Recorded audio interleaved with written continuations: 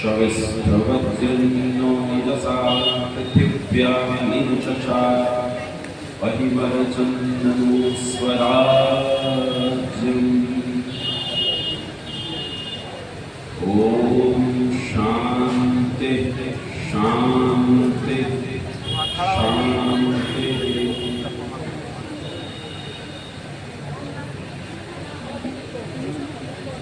मंच पर उपस्थित इस सभा के आदरणीय सभापति महोदय, आर्य समाज के संरक्षक महोदय, प्रभात जी और उनके समस्त सम्मानित कार्यकारिणी,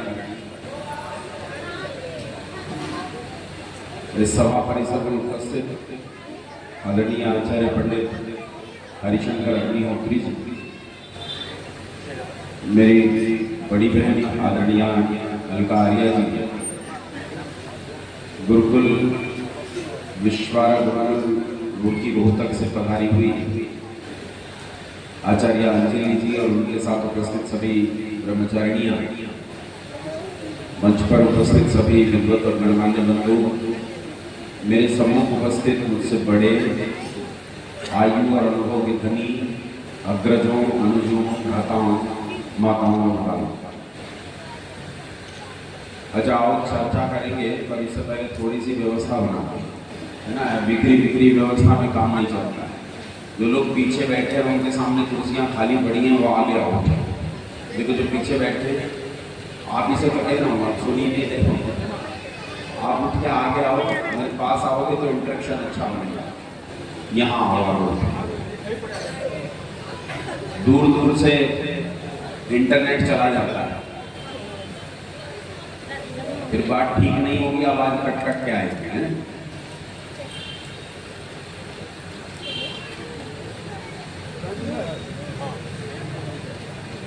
आप जो यहाँ है ना, जो कैमरे वाला बेटा है, ये अपनी गतिविधि जो है ना सीमित रखेंगे, बहुत ज्यादा हिलेंगे डुलेंगे नहीं। आइए थोड़ी सी चर्चा करने का प्रयास करते हैं, और उम्मीद करूंगा, वैसे आज तो मुझे तो समय मिला है कि सब जाग ही रहे होंगे, आज सोएगा कोई नहीं, समय पे मैं आ रहा हूँ तो आज जगह मिलेगी सब, मुझे सोएगा नहीं। आइए थोड़ी सी चर्चा वर्तमान परिस्थितियों के बारे में मुझसे करने के लिए कहा है, तो आइए वर्तमान परिस्थितियों के बारे में किंचित विचार करने का प्रयास करते हैं। भारत की वर्तमान परिस्थिति, कल रात्रि में मैंने एक विषय लिया था, जो विषय मैंने लिया था वो विषय आज के विषय से संबंधित भी है। अच्छा, रात कौन कौन मौजूद थे, हाथ खड़े करो जो रात की सभा में थे। कल रात की सभा में काफी लोग थे, और ठीक है मैं जोड़ देता हूँ, घबराने वाली बात नहीं है। जो कल विषय लिया था उसका संक्षेप एक से अवलोकन कर लेंगे, फटाफट आप जुड़ जाओ। कल मैंने चर्चा की थी दो बातों पर, भारत राष्ट्र है या नहीं, राष्ट्र की मूल अवधारणा क्या है, किसे राष्ट्र कहते हैं, कौन राष्ट्र हो सकता है, कौन नहीं हो सकता, इस मूल अवधारणा पर मैंने चर्चा की थी। और मैंने एक सार्वभौमिक सार्वकालिक सिद्धांत बताया था, जो न केवल ऋषियों मुनियों का सिद्धांत है, अभी आजकल जो समाजशास्त्र और राजनीति शास्त्र चलता है आधुनिक शिक्षा में, उसमें भी सार्वभौमिक और सार्वकालिक रूप से जाना जाता है। ऐसी बिटिया को बिठाओ, ये गतिविधियां यहाँ आगे नहीं चलाइए। जो आगे बैठे पंक्ति में हैं, इनकी विशेष जिम्मेदारी होती है वो सभा को समझाएं, सभा को संभालें, खराब नहीं करते। मैंने कल चर्चा की थी कि राष्ट्र का जो मूल अवधारणा है उसके 4 घटक हैं। पहला घटक मैंने क्या बताया था, बोलो, भूमि। दूसरा घटक भूमि पर रहने वाले लोग। तीसरा घटक था इन लोगों का भूमि पे मालिकाना हक। और चौथा घटक मैंने बताया था उस राष्ट्र की अपनी संस्कृति जो आत्मा होती है। यानी पहले 3 घटक केवल शरीर बनाते हैं, और चौथा घटक संस्कृति उसकी क्या बनाता है, बोलो, आत्मा बनाता है। ये मैंने राष्ट्र की अवधारणा के संबंध में कहा था। फिर बताया था कि राष्ट्र कितना पुराना है। एक नेताजी का नाम भी लिया था, बड़े नेताजी, कि वो कहते हैं कि देश 5000 साल पुराना है, पर देश 5000 साल पुराना नहीं है। देश हमारा संकल्प पाठ बताता है कि देश 2 अरब साल पुराना है, आजकल का देश नहीं। अब कोई ये कहता है कि ये कपाल, लोग कहते हैं कपोल कल्पना, तो ये कपोल कल्पना नहीं, कपाल कल्पना। कपाल कल्पना समझते हो? कपाल कहते हैं खोपड़ी को बुद्धि से सोच समझकर निश्चयात्मक तथ्यों पर आधारित जो निश्चित सत्य होता है उसे कपाल कल्पना कहते हैं।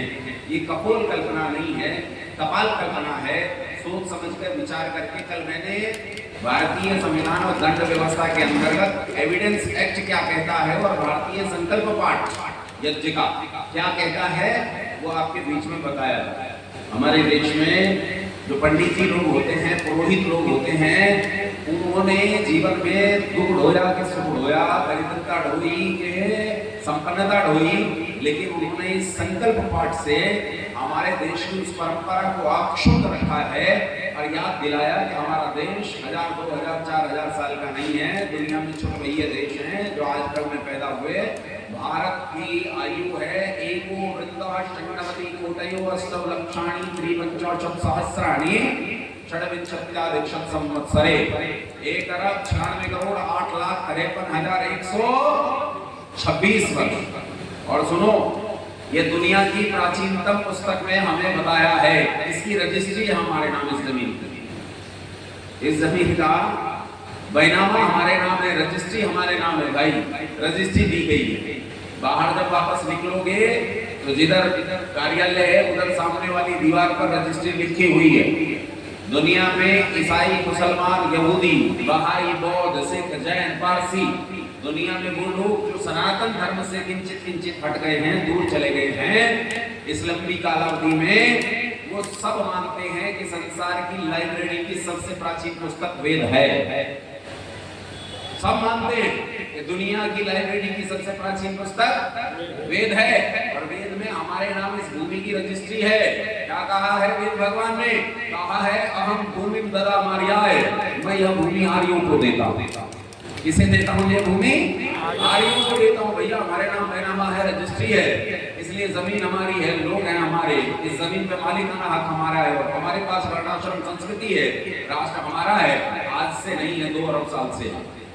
ये 2 चर्चाएं कल मैंने आपके बीच में की थी और चर्चा की थी कि भारत का नाम इंडिया हो सकता है, हिंदुस्तान हो सकता है, या भारत हो सकता है, या आर्यवर्त हो सकता है। देश का नाम क्या हो सकता है? बोलो। आर्यवर्त। आर्यवर्त हो सकता है देश का नाम। देश का वैसा नाम भारत भी किंचित किंचित ठीक है, अच्छा है भारतवर्ष नाम, बुरा नाम नहीं है, लेकिन सर्वोत्तम नाम क्या है? आर्यवर्त है। हिंदुस्तान और इंडिया ये दोनों गुलामी के नाम है। हिंदुस्तान मुसलमानों की गुलामी के काल में जन्मा नाम है और इंडिया ईसाइयों की गुलामी के काल में जन्मा हुआ नाम है। कि हमारे अपने नाम भारत के प्राचीन नाम नहीं। अब आइए थोड़ी सी चर्चा इससे आगे की करते हैं, ठीक है? पहले ये जान लेते हैं देश किसका और फिर उसके आगे बढ़े। यहाँ उससे पहले एक शब्द को अच्छे से समझना जरूरी है और वो शब्द जो आज बहुत प्रचलित है, जिसके कारण संसार में बड़ा वितंडा है, शब्द है हिंदुत्व। शब्द सुना है कि नहीं आपने? हिंदुत्व। तो हिंदुत्व जो है वो बड़ी बहुत शोर के साथ हमारे बीच में आता है। हम सब लोग उसे बड़ी आसानी के साथ स्वीकार कर देते हैं और उसे ग्रहण भी कर लेते हैं। फिर यही एक राष्ट्र की कल्पना जन्म लेती है, हिंदू राष्ट्र लेती है ना ये कल्पना भी जन्म। आओ इन दोनों बारे में समझ लेते हैं, हिंदुत्व के संबंध में भी समझ लेते हैं और हिंदू राष्ट्र के बारे में भी समझ लेते हैं, फिर आगे बढ़ेंगे। हिंदू किसे कहते हैं? वैसे तो कल मैंने बताया था, अरबी और फारसी की 2 डिक्शनरियों का उदाहरण देकर बताया था, लुगाते किशोरी और फिरोजन लुगात। दोनों में हिंदू शब्द के अर्थ अच्छे नहीं। हिंदू का अर्थ है काला, काफिर, चोर। काला किसे कहते हैं? अरे जैसे हम हैं, काला मतलब सांवला, लेकिन काला तो गाली नहीं। हम तो अपने पूर्वजों को कृष्ण कहते चले आए, श्याम कहते चले आए। बोलो, कृष्ण जी को श्याम कहा कि नहीं कहा? कृष्ण का अर्थ क्या होता है? काला होता है। अच्छा, हमारे पूर्वज तो थे काले, हमें इसमें कोई लज्जा की बात नहीं है। बोलो, राम जी कैसे थे? काले थे। कृष्ण जी कैसे थे? काले थे। शिव कैसे दिखते हैं? काले। काले हैं हमारे पूर्वज, इसमें कोई, लेकिन काफिर शब्द ये किसी दूसरे के द्वारा दी गई गाली है। काफिर का अर्थ क्या होता है भाई? काफिर का अर्थ ये है कि हम किसी की मान्यताओं को नहीं मानते, इसलिए वो हमें स्वीकार नहीं करता, उसने हमारे लिए एक नाम इजाद कर दिया तो काफिर हो गए। समझ में आ गई? ऐसा हम भी दूसरों के संबंध में कह सकते हैं। हम कहते हैं ये धर्म पर नहीं चलता, अधर्मी है। क्या कहते हैं? अधर्मी है, या कह देते हैं मलेच्छ है। पुराण आदि में क्या शब्द प्रयोग किया जाता है? मलेच्छ। वैसे कुछ लोग कहते हैं मलेच्छ, उसे कहते तो मन की इच्छा करे, लेकिन खैर ये तो बात नहीं है। मलेच्छ का मतलब वो धर्म को नहीं मानता, धर्म को नकार कर चलता है, धर्म के विपरीत चलता है। जैसे आप सड़क पर चलते हो तो किस तरफ चलना चाहिए? सड़क पर बोल पड़ो। रक्सोल में भी ऐसा मानते हैं क्या? सच में ऐसा मानते हैं कि बाईं साइड चलना चाहिए? अरे क्या बात कर रहे हो। आज दोपहर हमारे बिटिया जिद करने लगी हम नेपाल जाएंगे। भैया हम नेपाल के लिए यहाँ से निकले ही थे कि हमारी बहन मिल गई डायरेक्टली नेपाल से आती है। बोले मत जाओ। हमने पूछा क्यों? बोले भयंकर जाम है, मैं ही अपने पति को रेलवे लाइन पर छोड़कर पैदल आई, मत जाओ। लेकिन हमने उनकी बात नहीं मानी और गए। मैंने अपनी जिंदगी में ऐसा जाम नहीं देखा जिसमें पैदल आई यात्रियों का भी जाम होगा, और किसी के आने जाने का कोई नियम, कोई सलीका नहीं था। तुम कह दो बाएं हाथ पर चलना चाहिए, हम खुद दाएं हाथ पर चलकर गए हैं नेपाल में, किसी माधुरी वहां जहाँ नदी है वो, वहां तक हम लोग खुद दाएं हाथ पर चलकर गए हैं, बाएं हाथ पर चले नहीं 1 मिनट के लिए भी, क्योंकि चला ही नहीं जा सकता था। खैर इतना तो है कि तुम मुंह से तो कह रहे हो कि बाएं हाथ पर चलना चाहिए, बाकी तुम करोगे क्या ये तो भगवान जाने। तो जो नियम को नहीं मानता उसे मलेच्छ कहते हैं। मलेच्छ किसे कहते हैं? बोलो, जो नियम को नहीं मानता, उसका नाम क्या है? मलेच्छ। अब यहाँ एक चीज समझने की है कि इस हिंदू शब्द का अर्थ अगर हम भौगोलिक दृष्टिकोण से ले भी लें, क्योंकि भारत में रहने वाले मुसलमानों को भी आजकल हिंदू कहा जाता है। क्यों कहते हैं हिंदू? भौगोलिक दृष्टि से ये जब हज करने के लिए जाते हैं तो वहां इनकी एंट्री हिंदी मुसलमानों के रूप में ही होती है कि ये हिंदुस्तान वाली जगह से आए हुए मुसलमान हैं, हिंदी मुसलमान हैं, तो वहां एंट्री ऐसी होती है। तो अगर हम हिंदू शब्द को केवल भौगोलिक पहचान मान लें तो क्या ये राष्ट्र कभी हिंदू राष्ट्र हो सकता है? सोचो सोचो, क्या हो सकता है? एक क्षण के लिए कल्पना करो, सारे मुसलमान मैं कंप्यूटर में डाल के डिलीट कर देता हूँ, सारे ईसाई में कंप्यूटर में डाल के डिलीट कर देता हूँ, खत्म। आप बचे केवल हिंदू, क्योंकि सिख हैं, बौद्ध हैं, जैन हैं, ये तो हिंदू धर्म का ही हिस्सा है। केवल हिंदू बचे।